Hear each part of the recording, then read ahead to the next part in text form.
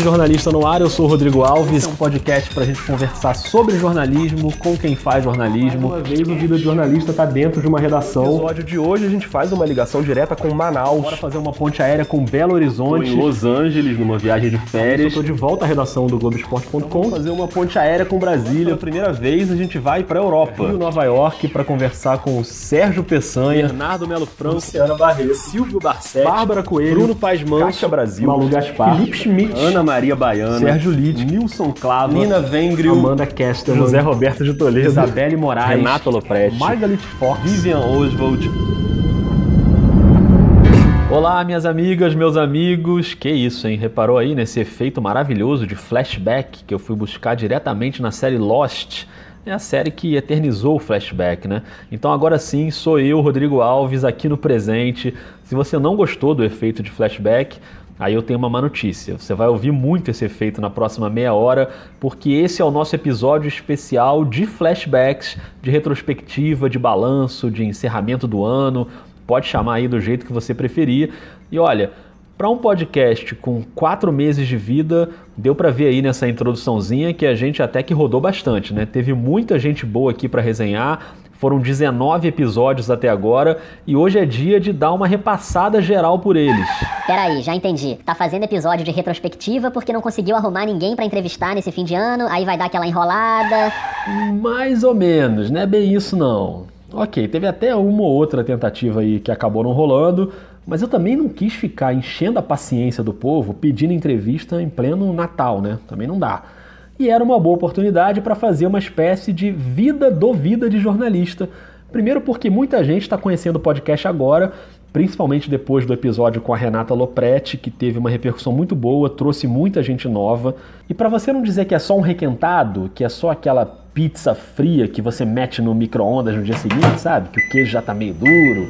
Então, para você não achar que é só isso, eu vou aproveitar também para contar aqui alguns bastidores, umas historinhas de como foram as gravações, vou soltar aqui uns trechinhos que não foram ao ar. Por exemplo, qual foi a entrevistada que comprou um fone de ouvido novinho só para gravar o Vida de Jornalista? Uma informação fundamental, você não pode ficar sem essa informação. Ou qual foi a entrevistada que mal eu encerrei a entrevista, já tinha alguém pendurado no pescoço dela pedindo para tirar uma foto. Você pode tirar, por favor? Claro. Aliás, essa é uma das missões desse episódio, identificar essa fã e achar essa foto. Já vou falar mais sobre esse assunto. Vou contar também qual foi o episódio mais difícil de editar o áudio, qual foi o episódio que eu não consegui gravar e era com uma pessoa que inspirou a criação desse podcast, não é pouca coisa. Tudo isso você vai saber hoje. E você que não está em dia com o Vida, se liga aí porque vai ter um trechinho de cada conversa. Aí se você achar interessante, você entra lá e busca o episódio completo. Tá tudo no iTunes, no Cashbox, no Spotify, nos aplicativos aí de podcast, no YouTube. Tá tudo aí dentro do seu celular. E vamos separar essa resenha por temas. Começando pelo tema que esteve em pelo menos 6 dos 19 episódios, que foi, claro, a eleição presidencial. Glória a Deus! A gente falou bastante de política aqui no Vida, desde a estreia, que foi com o Bernardo Melo Franco, colunista do jornal O Globo.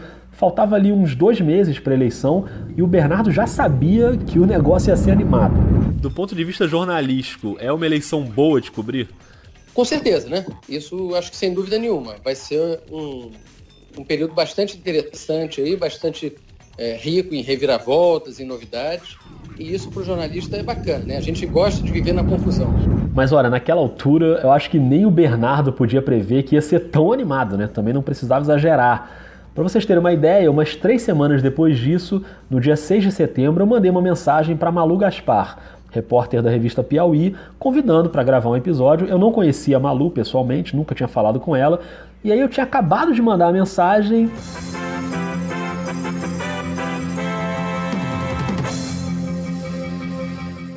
O candidato do PSL, Jair Bolsonaro, foi vítima agora há pouco de um atentado enquanto fazia campanha em Juiz de Fora, Minas Gerais. Segundo a Polícia Militar, ele foi esfaqueado. Bom, aí, claro que na mesma hora eu já mandei outra mensagem, falei, Malu, relaxa, outro dia a gente se fala, sei que agora vai ficar complicado por aí. Ela até me respondeu no meio daquela correria, mas lógico que a gente só conseguiu gravar o episódio alguns dias depois e ficou muito legal porque ela contou em detalhes como foi a apuração das matérias naquele dia da facada no Bolsonaro. A gente começou a ter notícias de cirurgia, tá operando, não tá operando, não sei o quê. E comecei de novo. Alguém conhece um médico? Quem que tá na Santa Casa? Tal fulano, tal pessoa? Comecei a procurar e achei um sujeito. Falei, você tá na Santa Casa? Tô. Começou a vazar foto, começou a vazar informação. Uma hora ele estava morrendo, depois ele não estava morrendo. É aflitivo porque você quer dar a informação mais cedo que todo mundo, você quer dar logo e dá aquele frisson de, poxa, eu tenho uma fonte dentro do hospital, participando do negócio, entendeu? Então, às vezes é assim, o episódio demora um pouquinho para ser gravado, mas vale muito a pena. E também foi assim com a Renata Lopretti. Aliás, a Renata e a Malu são os 2 episódios de maior audiência do Vida até hoje. E com a Renata foi assim, eu mandei um e-mail para ela, um pouco depois ali da votação do primeiro turno, alguns dias depois. Ela me respondeu, mas a gente só conseguiu gravar quase 2 meses depois, até porque ela fica em São Paulo, eu fico no Rio, e nós 2 queríamos que fosse presencial, né, que fosse pessoalmente, porque é melhor, a conversa rende mais, fica mais natural. Então nós gravamos quando eu finalmente fui a São Paulo, no Festival Piauí Globo News de Jornalismo. Ela estava participando lá do evento e foi um papo incrível. A Renata estava muito na pilha de compartilhar as experiências, os bastidores, por exemplo, das entrevistas com os presidenciáveis que ela fez no Jornal da Globo, o furo de reportagem dela que denunciou o escândalo do Mensalão. Era muito assunto para a gente falar. Preparada 100% eu nunca me sinto. E eu acho que isso é uma bênção, isso é bom. Eu não acredito em quem não fica nervoso para fazer.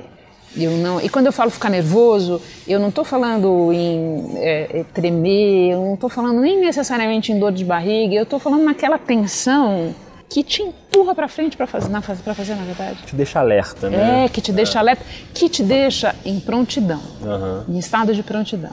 Perfeito. Eu acho que muito do que a gente faz no nosso trabalho é estar numa situação de prontidão, sim.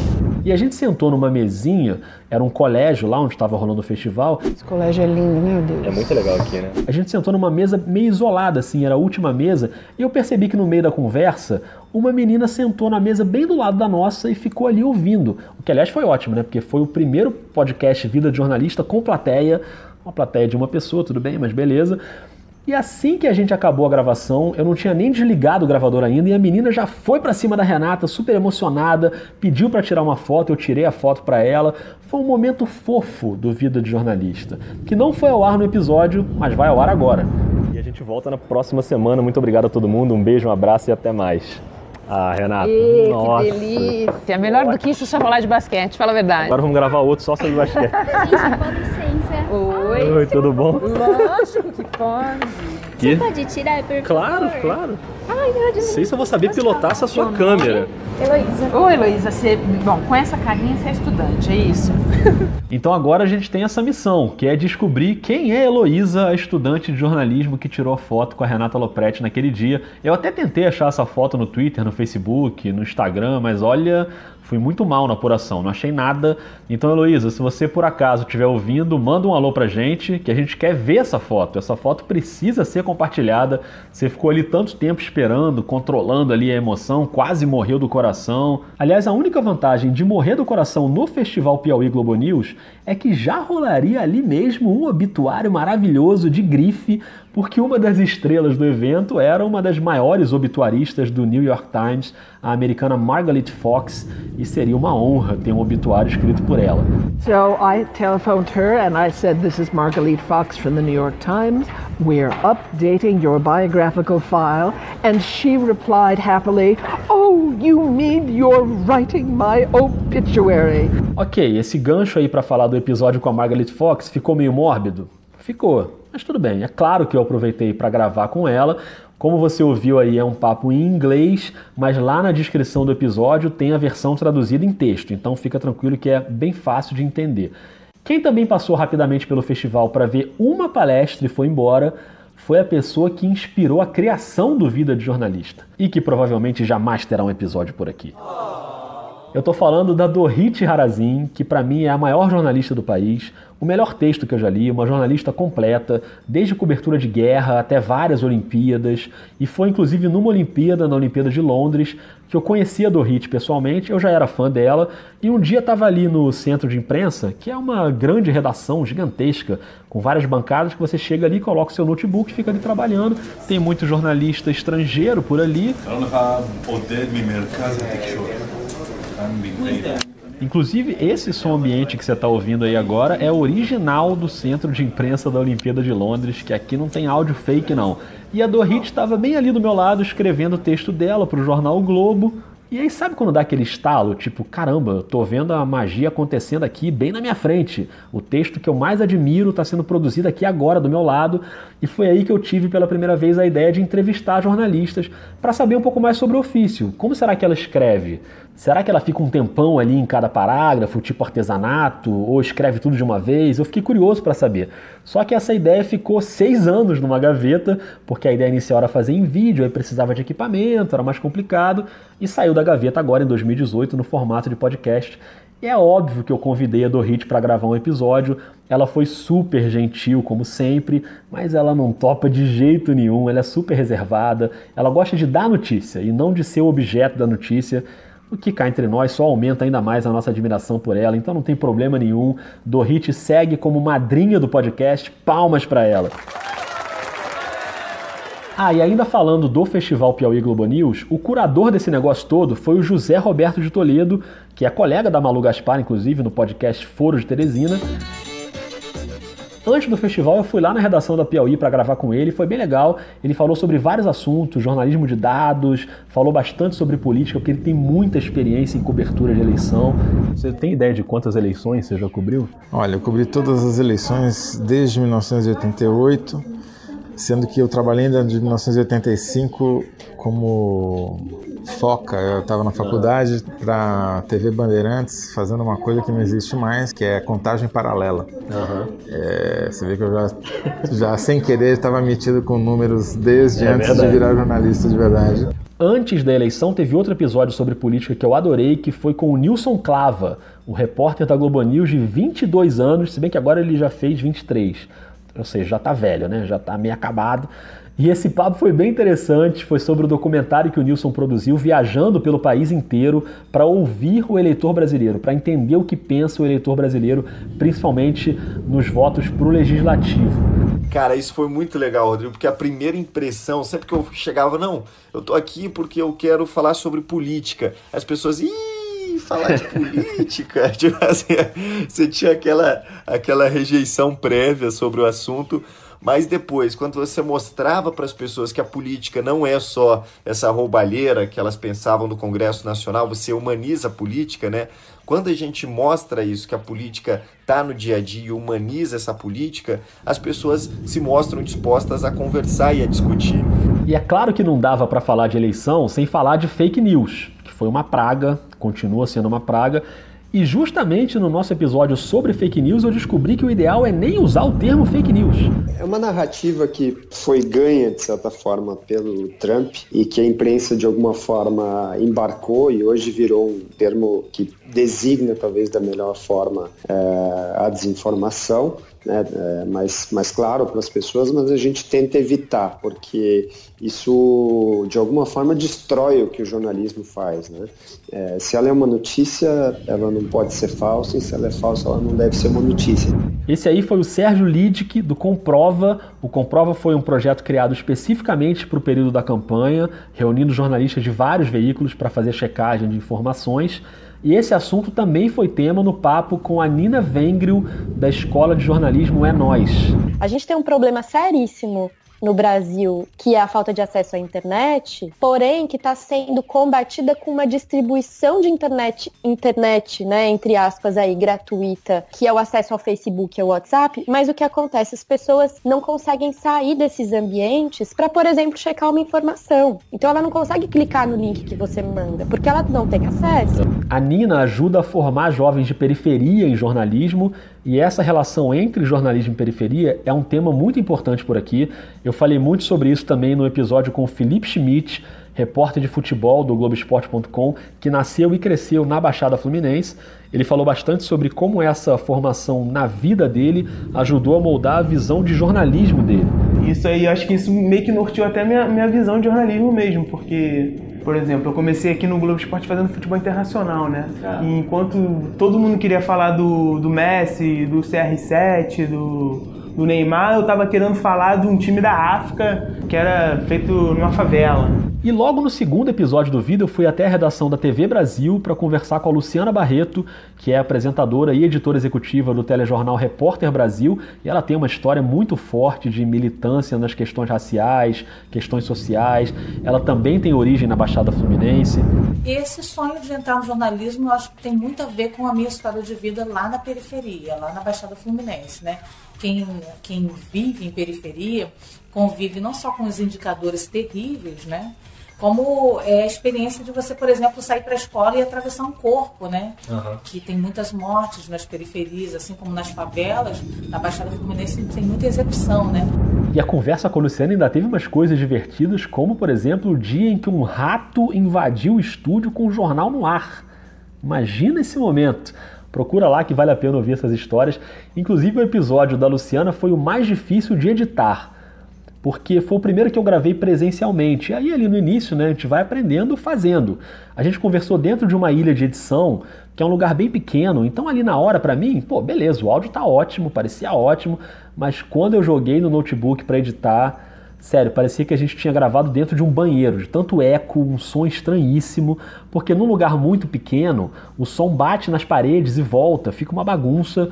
Mas enfim, ali no fim das contas eu consegui achar lá um filtro milagroso que deu uma boa melhorada e ficou tudo bem. E a Luciana falou um negócio legal também, que ela não costuma usar a expressão dar voz às minorias, porque as pessoas na verdade já têm essa voz. O que elas precisam é de visibilidade para essa voz.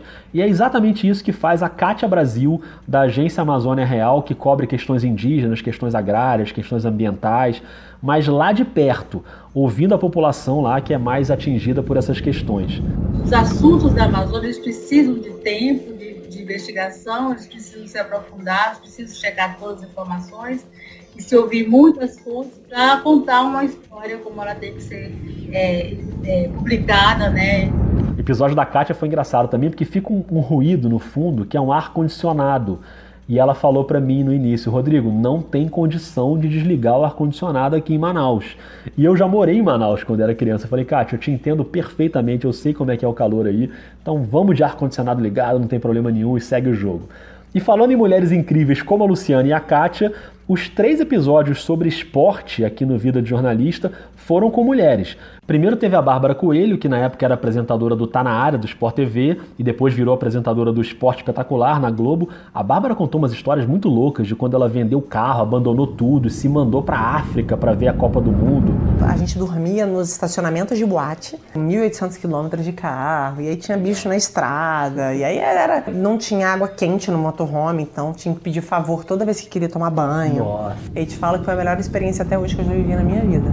A Amanda Kestelman contou tudo sobre o trabalho de setorista na cobertura de um clube de futebol. Era um tema que muita gente pedia e foi bem legal, deu para entender direitinho como é que funciona essa rotina. Ela cobre o Flamengo no Globoesporte.com, o que não é pouca coisa.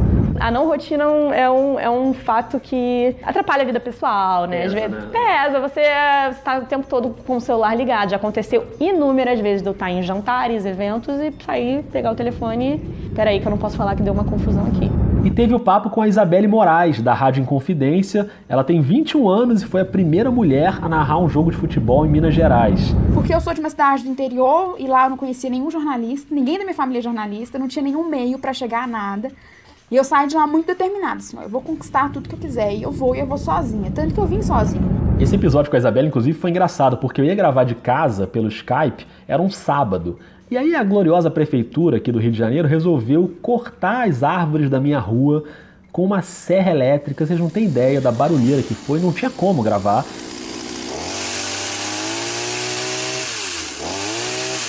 Aliás, esse aí não é o áudio original da motosserra naquele sábado, esse aí é fake mesmo, paciência. Eu peguei minhas coisas, saí correndo para a redação, arrumei um cantinho lá para gravar na redação, mas aí a conexão não estava boa lá na casa da Isabelle, em Belo Horizonte. a gente não conseguiu gravar, aí ela que saiu correndo para a rádio, eu voltei para casa, o pessoal da prefeitura já tinha ido embora e finalmente, depois de um dia inteiro quase, nós gravamos, só para vocês saberem que às vezes rola uma correria, mas sempre vale a pena. Ainda falando em esporte, tem um cara com uma carreira muito relevante no esporte que também passou aqui pelo Vida, que é o grande Silvio Barsetti, uma figuraça que todo mundo adora no meio do jornalismo. A gente até falou de esporte, sobre a cobertura de CBF, o Silvio faz umas perguntas meio delicadas nas coletivas da seleção brasileira, nas coletivas de dirigentes, para incomodar um pouco os caras mesmo, acho que é necessário. Ele tem uma história maravilhosa, que ele teve uma crise renal, claro, maravilhosa pra gente que tá ouvindo, né? Não pra ele. Uma crise renal em plena Olimpíada. Ele foi socorrido no ginásio pelo Sérgio Cabral, ex-governador do Rio. Já seria uma história surreal, que ficou ainda mais surreal porque o assunto principal do episódio era o livro que o Silvio estava lançando justamente sobre o Sérgio Cabral. E aquela festança que o Sérgio Cabral deu numa mansão em Paris, o evento que ficou conhecido como a Farra dos Guardanapos, que é inclusive o título do livro. Eles perderam a noção do ridículo, porque a segunda parte da festa, quando acabou o jantar, o restaurante virou uma pista de dança. E ali tinha gente, pessoas das mais poderosas do Rio de Janeiro e do Brasil, né? Mas mais o grupo do Cabral, ali as pessoas com as duas mãos ocupadas, uma com vinho, outra com uísque, entendeu? E se imagina, isso é uma coisa de colegial, né? E outro episódio que teve como gancho um lançamento de livro foi o do Bruno Paes Manso, que é coautor do livro A Guerra, uma pesquisa, uma reportagem espetacular sobre a expansão do PCC. O Bruno contou umas histórias muito impressionantes sobre cobertura de crime organizado no Brasil, não é fácil. Por exemplo, em 1999, quando eu fiz essa matéria da Veja, talvez tenha sido a situação mais delicada, que eu estava entrevistando um dos matadores, ele falou que tinha que acabar a entrevista às 7 da noite, porque ele ia matar uma pessoa. Para você ver aí o que o cara tem que encarar para cobrir um assunto como esse, né? Agora, se até o PCC está se expandindo para fora do Brasil, o Vida de Jornalista também pode, né? Então foram 3 episódios com brasileiros que trabalham em outros países. Teve um especialíssimo com a Ana Maria Baiana, um dos grandes nomes do nosso jornalismo cultural. Eu estava em Los Angeles de férias, e aí até muita gente acha que essa entrevista foi gravada na casa dela. Isso não ficou muito claro ali no episódio. Mas não, a gente tentou de tudo, mas não rolou de combinar um horário para os dois. E a Ana mora também numa região um pouco mais afastada de Los Angeles, e eu estava no centro, então não teve jeito. A gente não conseguiu se encontrar e a gravação foi pelo Skype mesmo. Ela na casa dela e eu no hotel onde eu estava hospedado. Alô? Tudo bom? Tudo tranquilo, tá me ouvindo direito? Tô ouvindo muito bem, tá ótima a qualidade. Eu fui lá comprar uns fones novos hoje, por tua conta. Jura? Não, mas eu perdi os meus antigos. Bom, vocês me desculpam aí, mas eu tive que ostentar colocando esse trechinho do pré-entrevista, porque não é toda hora que a Ana Maria Baiana compra um fone de ouvido novinho só pra te escutar. Boa viagem de volta. Um beijão pra Ana. Outro brasileiro que trabalha fora do país é o Sérgio Peçanha, do New York Times. A gente já tinha trabalhado juntos lá no fim dos anos 90, no Jornal do Brasil, como estagiários, e foi bem legal porque ele seguiu uma trajetória nos Estados Unidos, trabalhou em Dallas, já está há um bom tempo no New York Times, e ele pegou algumas reportagens ali feitas para o digital, para o site do New York Times, reportagens de guerra, e explicou passo a passo de como essas matérias são feitas. It was surreal. High-quality drone footage shot in the heat of battle, showing fighters firing on their enemies or being killed themselves. A bizarre mix of video game presentation and actual war. Deu para ter uma ideia bem clara ali de como funciona a redação do jornal mais importante do mundo. A redação, ela hoje é primariamente focada em digital e o impresso é secundário. Para fechar, ainda nessa linha internacional, o 19º episódio do Vida foi com a Vivian Oswald, correspondente do jornal o Globo.